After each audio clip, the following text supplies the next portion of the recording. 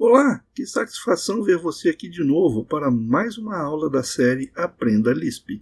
Nesta aula, você conhecerá a diferença entre listas e átomos. Sim, olha só, vamos conhecer um termo novo aqui, ó. Listas e átomos. O objetivo dessa aula é você aprender a diferença entre eles e depois que você estiver sabendo direitinho qual é a diferença entre listas e átomos, nós vamos aprender alguns predicados comuns que são muito frequentemente utilizados para se trabalhar e identificar com listas e átomos. Bom, olha só, você já sabe que uma lista é uma cadeia de concells. A gente já vem falando isso aqui há várias aulas. Então, ó, aqui eu tenho diversos concells, cada concell tem um ponteiro da car, da metade, né, da primeira parte, a car, que aponta para um elemento, e o outro ponteiro aponta para a próxima concell da lista.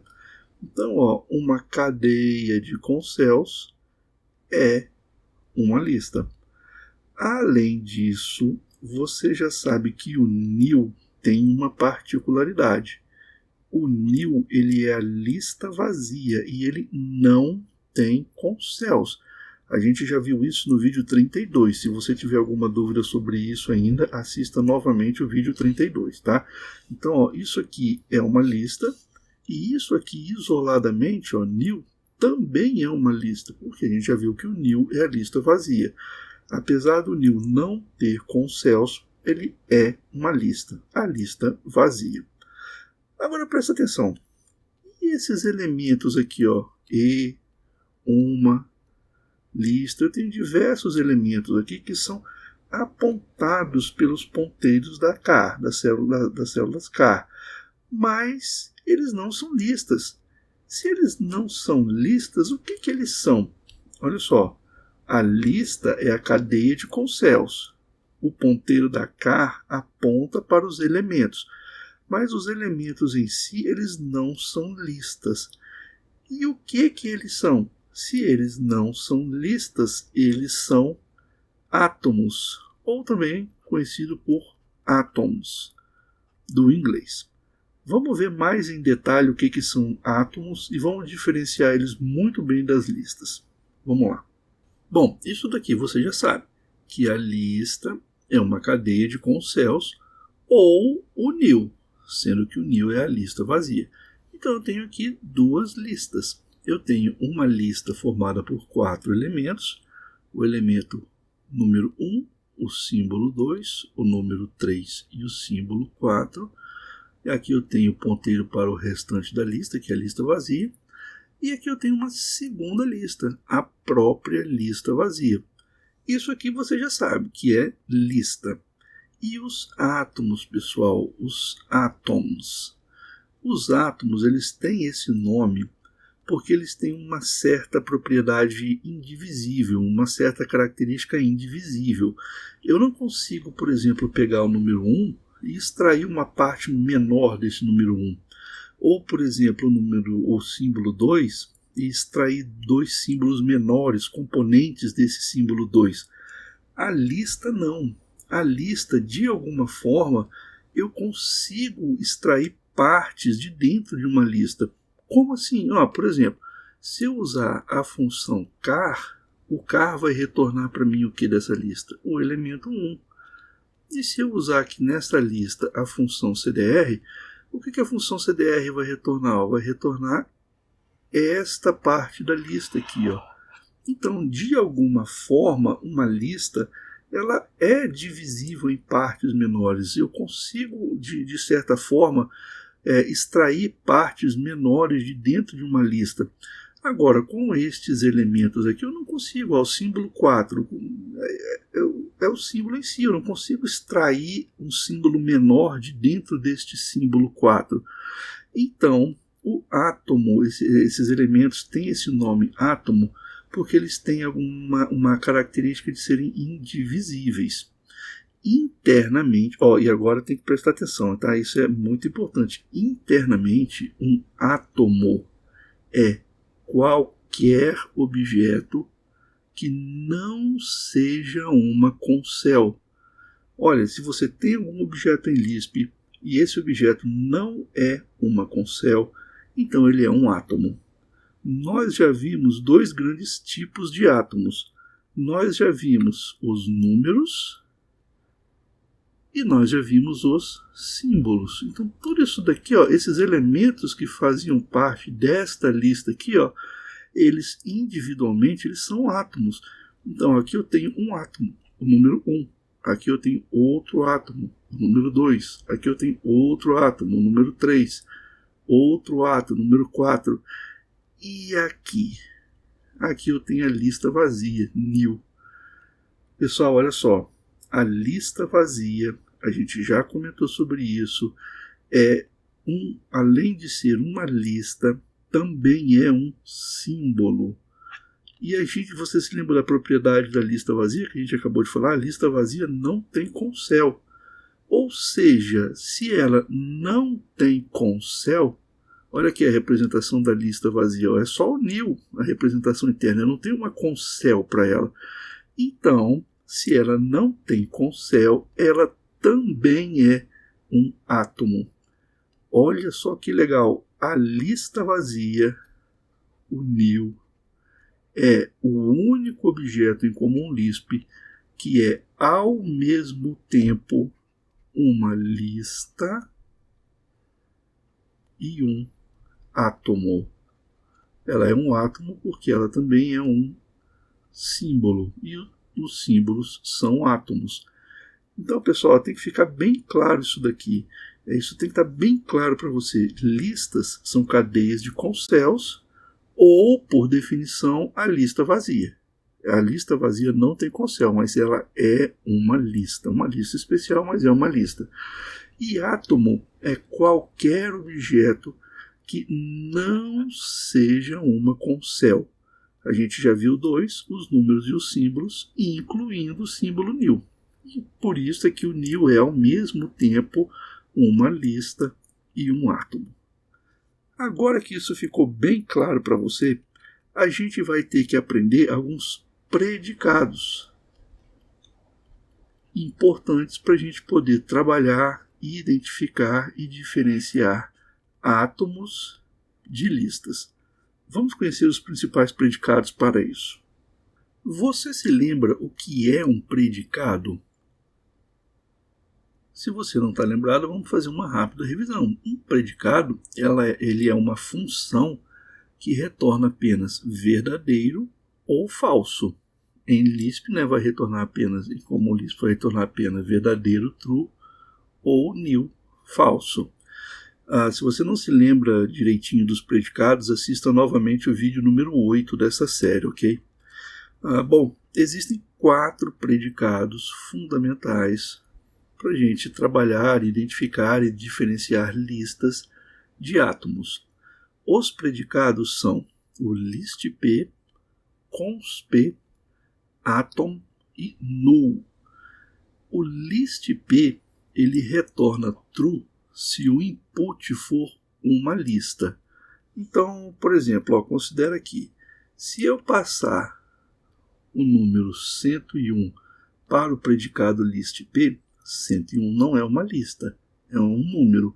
Então o predicado listp vai retornar nil. Falso, quer dizer o seguinte, olha, o 101 não é uma lista. Se eu passar agora uma lista, por exemplo, 101 dálmatas para o predicado listp, aí sim ele vai retornar true, porque a lista 101 dálmatas é uma lista, então o predicado listp retorna true sempre que o input for uma lista. Outro exemplo, se eu passar um símbolo, Cruella, assim, somente o símbolo puro assim, para o predicado listp, o que ele vai retornar? Nil. Por quê? Porque Cruella não é uma lista. O predicado const, ele retorna true se o input é uma concel. Como é que é isso? Olha só. Vamos pegar os mesmos exemplos. Se eu passar o número 101 para o predicado const, ele vai retornar nil. porque 101 não é uma Concel, ele é um número. Se eu passar o símbolo Cruella para o predicado consp, ele também vai retornar nil. Cruella não é uma lista. Agora, se eu passar aqui 101 dálmatas, eu estou passando a lista com 101 dálmatas, o predicado consp vai retornar true. Por que o predicado consp vai retornar true? Porque uma lista não é uma cadeia de concels. Quando eu passo essa lista para o predicado consp, ele vai verificar que tem uma concel ali. É o primeiro concel da lista, então ele vai retornar true. Pessoal, olha só. Parece que esses predicados listp e consp são idênticos, mas eles não são. Qual é a diferença entre o listp e o consp? A diferença está se eu passar uma lista vazia. Olha só, se eu passar a lista vazia para o predicado listp, ele vai retornar true. Por quê? Porque o nil é uma lista. Ela é vazia, mas ele é uma lista. E se eu passar o nil, a lista vazia, para o predicado consp, ele vai retornar falso, vai retornar nil. Por quê, pessoal? Porque o nil não tem concel. A gente já falou isso. O nil é a lista vazia e ele é especial. É uma lista sem concels. Então, a diferença entre o predicado listp e o predicado consp ocorre aqui, ó, se o input for nil.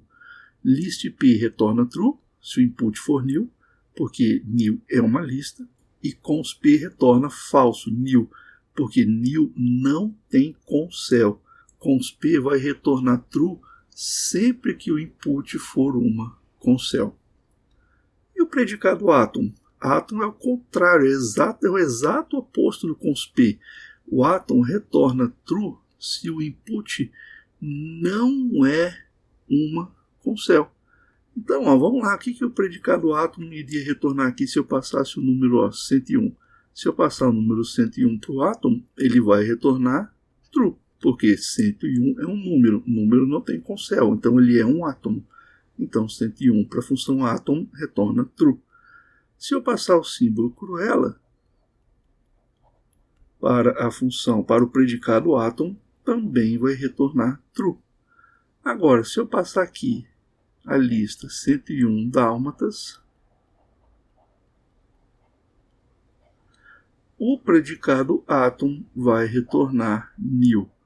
Por que ele vai retornar nil? Porque ele sempre retorna true quando o input não é uma concel. Como a lista é uma cadeia de concel, eu estou passando concels para esse predicado atom, então ele vai retornar nil. E agora, pessoal, e o comportamento do nil? Se eu passar nil para o predicado atom, o que ele vai retornar? Verdadeiro ou falso? É só a gente lembrar aqui da definição do átomo, do predicado. Ó. Ele retorna true se o input não é uma concel. Ora, nil tem concel? Não, ele não tem concel.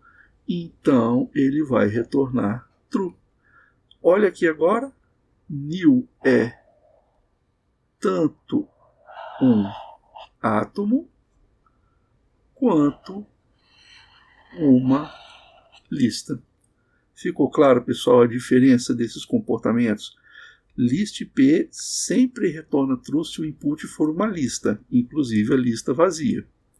Consp sempre retorna true se o input for uma concel. E como nil não tem concel, então consp retorna falso, retorna nil. E o predicado atom retorna true sempre que o input não for uma concel. Então, ele retorna true, inclusive para nil, porque nil não tem concel. O último predicado que a gente vai ver é o predicado null. O predicado null ele vai retornar true se o input for uma lista vazia.